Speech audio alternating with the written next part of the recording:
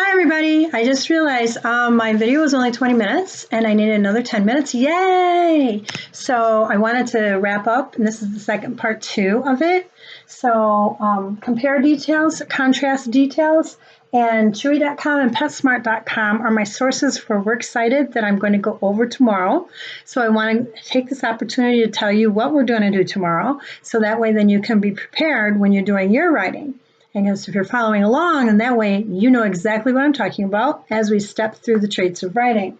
Okay, remember we're still in ideas. Paragraph 6 we're going to go over tomorrow as well, and that is wrapping it up. Wrapping it all up means that we're going to have specific details.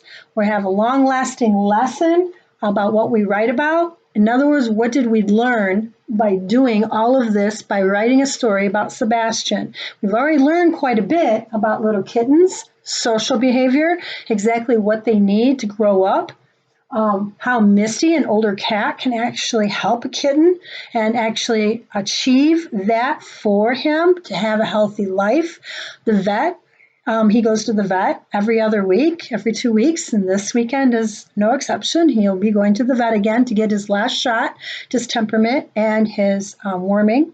So to make sure he's all good and he's healthy, trust me, because he zips and zags and runs through the house so fast that I can hardly keep up with him. And Misty is just like laying down and watching him at times too, which is funny. Then we're also going to possibly have time for the conclusion. So not only what you learned, which is your Works Cited page, and that might take a while for the format because it's MLA format, but the conclusion is also going to, either we're going to use a quote or we're going to have the thesis that you started with at the very beginning of this paper. We're going to put them together, but it can't be exactly the same. It has to be in our own words, and it has to have the same idea about Sebastian, how he loves his toys. My delightful timeline I thought was appropriate because Sebastian is a joy and he's a delight. And he is growing so fast. But delightful timeline, we actually get to see him grow up. How fun. There's a series, and I'll have to grab the series, the title of bears and their journey up north, and they travel together. It's 3 different bears. Some of you have probably read it, and you probably know the title. I'll have to double check my title on it. But they actually show a grizzly bear, a brown bear, and a little black bear too, and a polar bear. So 3 bears, brown, white, black. And it shows their journey together and their experiences together. And this reminds me of something similar as Misty and Sebastian on their experiences. So again, I want to review ideas. You're keeping a journal. This is our journal. You can keep the same thing, only have the context and the title of your own. You're going to write in various modes. Okay, right now we're writing in just informational mode, or like a research paper. Informational mode and research papers are 2 different things. You do know that. Okay, so I use the same context, but I want to make sure it's very specific so that you know where we're going with this and the type modes of writing. You will know exactly what we're writing about when we're finished, okay, so that you have learned. We put that in paragraph 6. What did you learn? So it's a specific objective, a specific goal that we're going towards as we write our paper, and we want to keep that in mind the entire way, which is what I'm doing when I'm looking at my specific sentences, supporting valuable, reliable sentences, and I want to keep fact from fiction, because that's going to be part of our compare contrast, is fact and fiction. We're going to compare the facts, and we're going to compare the fiction. We're going to contrast the facts and contrast the fiction as well. Add details. We added details where we needed to, and I have facts here in big bold here, and I'll probably put that in bright red, so it will remind us as well. The next trait that we're going to look at, if we get this completely done, we're going to do this again, and we're going to have paragraph 1, 2, 3, 4, 5, 6, and 7, because some of the stuff we may eliminate, and some of the stuff we might keep the same.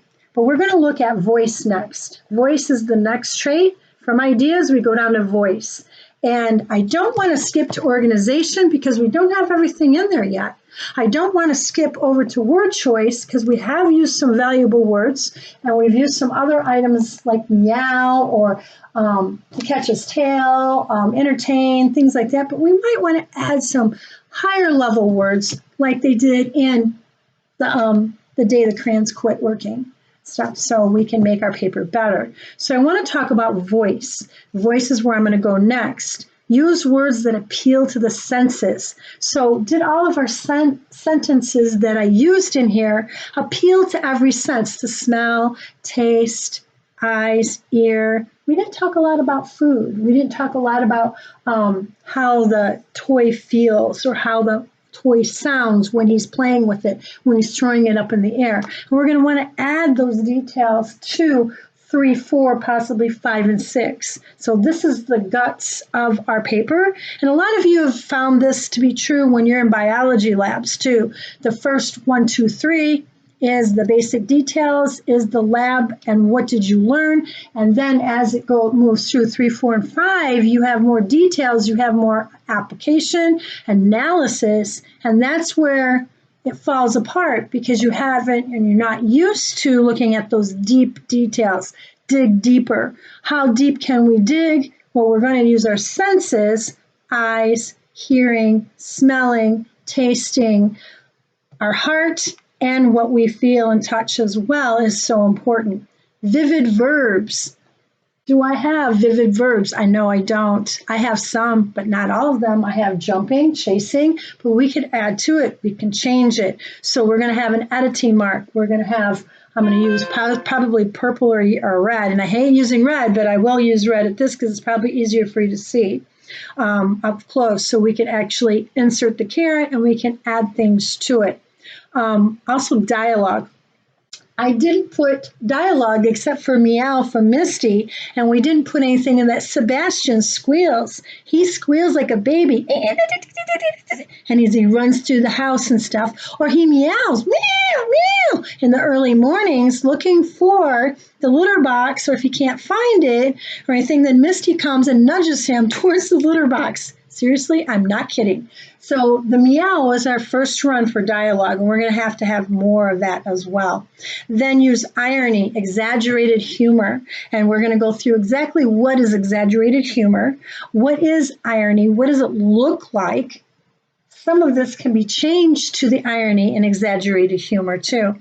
Use specifics rather than general. Okay, so we don't want things to be too general, like a lot of times the standards are really general.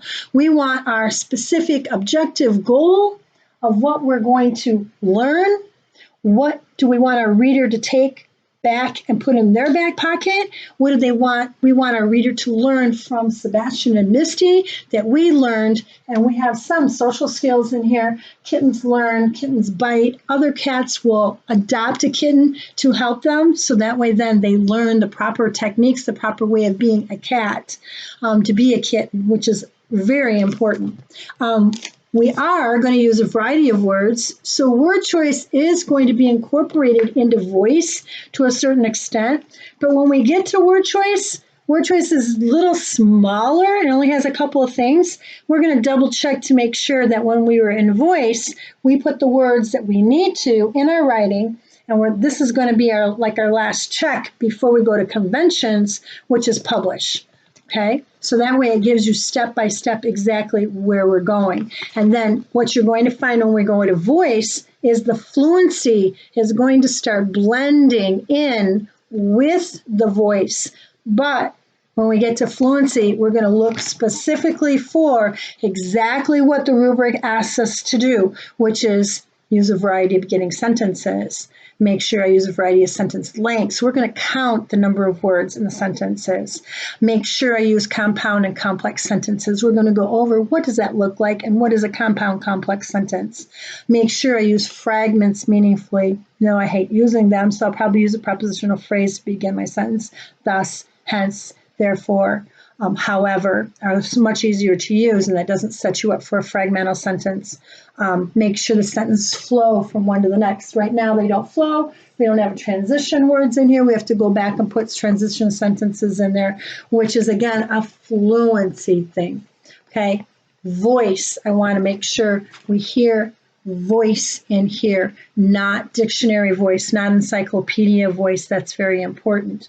The very last, we're going to end up I'm doing organization, which is color coding. So I'll have this rewritten again. So it's a lot of work that I'm doing because I'm rewriting it. I don't want you to rewrite your paper. I want you to be able to color code it correctly. So maybe I can do it just here without rewriting it. Cross my fingers. Hey, this is Wednesday, April 1st, 2020, part 2, because I needed to have 30 minutes, not 20. And see you guys tomorrow, okay? Take care.